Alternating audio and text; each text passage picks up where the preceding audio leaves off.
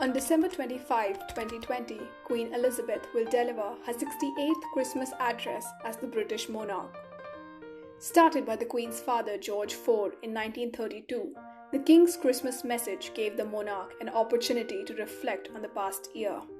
The tradition began in the current televised form on the Christmas of 1957. It is important to note that the Christmas message was broadcasted via radio to all Commonwealth nations. But it wasn't until 1957 that the new Queen adopted to read her Christmas wishes to the people live on television. The shift in tradition from radio to television was unexpected but largely welcomed by the people. Let's explore which events in modern British history led to this transition.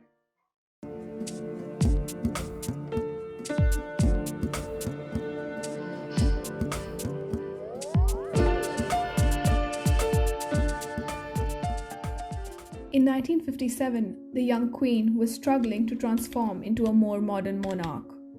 It was becoming increasingly stressful to balance her role as an iconic figurehead with the thirst of public for information about her life.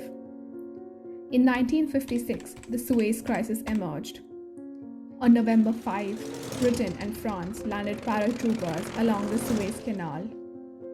With the invasion of Egypt first by Israel, then by Britain and France, the motive was to regain the control of the Suez Canal. The move was somewhat unsuccessful on Britain's part. Heavy pressure from the United States and USSR led to Britain's withdrawal. The episode humiliated the United Kingdom and France. British Prime Minister Anthony Eden resigned and the country was traumatized. What happened next was just a small blow that led to the Queen rethinking her actions. In August 1957, an article titled "The Monarchy Today" was published by this guy. He questioned the Queen's style of public speaking and the functioning of her court. He particularly called her a priggish schoolgirl.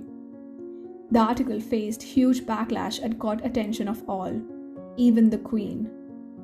He then gave this interview with the Granada television explaining his statement. In spite of the backlash, his recommendations for making monarchy more relevant were accepted by the royal household. The long-standing annual debutantes party was ended in 1958, and the Queen gave her very first televised Christmas speech in 1957. Television's growing popularity in all sections of society as the 1950s began was also reflected by changes in the social habits of viewers. This popularity was both the cause and the effect of an increase in volume of television available. It became easier for people to receive the Queen's message and also see her at the same time. 25 years ago, my grandfather broadcast the first of these Christmas messages. This tradition has continued every year since. The only exception is 1969, when the Queen decided to write a Christmas message instead of broadcasting one.